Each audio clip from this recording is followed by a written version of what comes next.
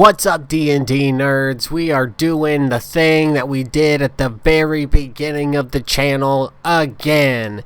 We are going to react to a monster that I've never seen before. In the original version, I had a big table and we rolled a dice and we figured out which one we were going to do from there. I'm just going to find one that I've never looked at before, and we're going to see what's up. So let's see what's up. We got the Monster Manual 2014, the classic. Arakocra, Aboleth, Angels, and the tricky part is I have seen so many of these now, but how about this? Blights. Let's learn about some blights. Those are really cool. I love that design. Alright, let's read. Blights, awakened plants gifted with the powers of intelligence and mobility. Blights plague lands contaminated by darkness. Drinking that darkness from the soil, a blight carries out the will of ancient evil and attempts to spread that evil wherever it can. Okay, so they come from evil. So, but they are not, they says it carries out the will of ancient evil rather than it itself is evil. Important distinction. Roots of the Gulthias tree. Legends of a vampire named Gulthias who worked terrible magic and raised up an abominable tower called Night Fang Spire. Gulthias was undone when a hero plunged a wooden stake through his heart, but as the vampire was destroyed, his blood infused the stake with a dreadful power. In time, tendrils of new growth sprouted from the wood, growing into a sapling infused with the vampire's evil essence. It is said that a mad druid discovered the sapling, transplanting it into an underground grotto where it could grow. From this Gulthias tree came the seeds from which the first blights were sown. Alright, so they are the essence of a vampire named Gulthias. And then he turned his ass into a tree. That's so cool. That's so cool. He was like, fuck you. This wood is alive enough. That's insane. Just take a dreadful power. In time, tendrils of new growth sprouted from the wood, growing into the sapling infused.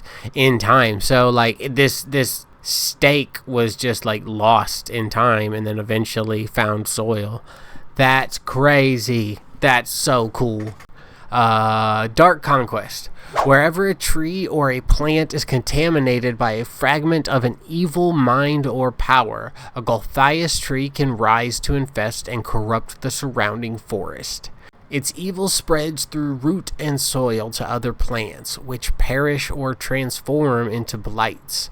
As those blights spread, they poison and uproot healthy plants, replacing them with brambles, toxic weeds, and others of their kind. In time, an infestation of blights can turn any land or forest into a place of corruption. In forests infested with blights, trees and plants grow with supernatural speed. Ooh. That's cool. Alright, hang on. Let's finish reading this little bit, and then I've got an idea. In forests infested with blights, trees and plants grow with supernatural speed. Vines and undergrowth rapidly spread through buildings and overrun trails and roads. Yes, after blights have killed or driven off their inhabitants, whole villages can disappear in the space of days. Okay. Yes, that's exactly what I was kind of getting after, is that even if your party is like machete chopping their way a path through this forest, it will grow over and they won't be able to like track where they've already been. It shifts and moves and grows rapidly, so it's very hard to navigate. That's cool. Yes. I love this. This was such a good choice. See what happens when you read controlled by evil. Blights are independent creatures, but most act under a Gulthias tree's control, often displaying the habits and traits of the life force or spirit that spawned them. By attacking their progenitor's old foes or seeking out the treasures valuable to it, they carry on the legacy of long-lost evil. Behold the legacy of Gulthias the vampire, plants with a taste for blood. I just want to take a quick second to remind you that I have a Patreon, and if you head over and subscribe at the free tier, you get 2 watch-alongs each month, and you can sync up with me and whatever movie we're watching. I also do a monthly system-agnostic one-shots available at the $5 and $10 tiers, and a monthly interview series where I talk to creators of all kinds. Head on over to patreon.com/tabletoptrashcan if you like what we're doing here. Needle Blight. In the shadows of a forest, needle blights might be taken at a distance for shuffling, hunched humanoids. Up close, these creatures reveal themselves as horrid plants, whose conifer-like needles grow across their bodies in quivering clumps. A needle blight lashes out with these needles or launches them as an aerial assault that can punch through armor and flesh. When needle blights detect a threat, they loose a pollen that the wind carries to other needle blights throughout the forest. Alerted to their foe's location, needle blights converge from all sides to drench their roots in blood. Has an armor class of 12 and 11 hit points and can move 30 feet. It is immune to being blinded or deafened. It has blind sight up to 60 feet. Nothing spectacular. It's a minion kind of creature for sure.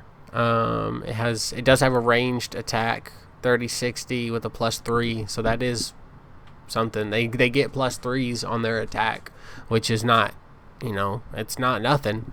Move on to the Twig Blight. Twig Blights can root in soil, which they do when prey are scarce. While rooted, they resemble woody shrubs. When it pulls its roots free of the ground to move, a twig blight's branches twist together to form a humanoid-looking body with a head and limbs.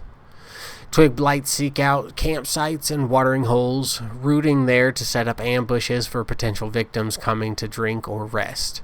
Huddled together in groups, twig blights blend in with an area's natural vegetation, or with piles of debris or firewood. Given how dry they are, twig blights are particularly susceptible to fire. Twig blights are a small plant. Armor class 13, 4 hit points, and move 20 feet. Same immune to blind and deafened, but these are vulnerable to fire, meaning that if they are hit with that, then the damage is doubled, which not a lot of creatures have vulnerabilities, so that is cool. Specifically the blights, or the twig blights, I should say. False appearance. Ooh, these have something. False appearance. While the blight remains motionless, it is indistinguishable from a dead shrub. So yeah, you could have them be completely surrounded. And then last up we have a vine blight, appearing as masses of slithering creepers. What? Appearing as masses of slithering creepers, vine blights hide in undergrowth and wait for prey to draw near. By animating the plants around them, vine blights entangle and hinder their foes before attacking. Oh, hold up. Vine blights are the only blights capable of speech. Through its connection to the evil spirit of the Gulthias tree it serves, a vine blight speaks in a fractured version of its dead master's voice, taunting victims or bargaining with powerful foes. A vine blight, same thing with the false appearance. If it remains motionless, it is indistinguishable from a tangle of vines. This is the only one with a... Oh, the twig blights do not have a ranged attack, by the way. So that is a perk of the needle blights over the twig blights, is that there is a ranged attack. Back to the vine blights. They have constrict and entangle as their 2 attacks. The entangling plants is what it's called. It has a recharge of 5/6. So not bad. 15-foot radius centered on the blight, withering away after a minute. It's difficult terrain for the non-plant creatures. The plant can automatically choose who to restrain, and a creature can use its action DC 12 to free itself or another entangled creature within reach. On success, blights. We have learned about blights. I like these. This would be a really good story hook. I think that you could have an entire one-shot or short campaign based around these, where you could play on it and have it to... Some of these blights are starting to gain sentience almost, or especially those ones that can speak, gain a sense of empathy and start to shed the evil. I think that it's just ripe with potential for a game, for a whole story beat. I think that's super, super, super cool. I actually think I might have painted one of these as a mini one time, and I just didn't even realize what I was painting. These are really cool. And you could almost like pivot this into a secondary game of fighting vampires then. Because literally the lore in itself comes from vampires. I know I'm 1,000 years behind because this is 2014 stuff. But, I've played for a long time, and there's a lot of lore. There's so much to take in with Dungeons and Dragons lore alone. Is a lot to take in. 10 years in at this point, so however, I don't know how long. I'd have to actually think about it, and I don't want to think about it. I'm looking at other stuff now. Alright, that's the episode. As always, be good, be kind, and I will see you in the next one. Bye. Also, we finally got a better mic. Yay.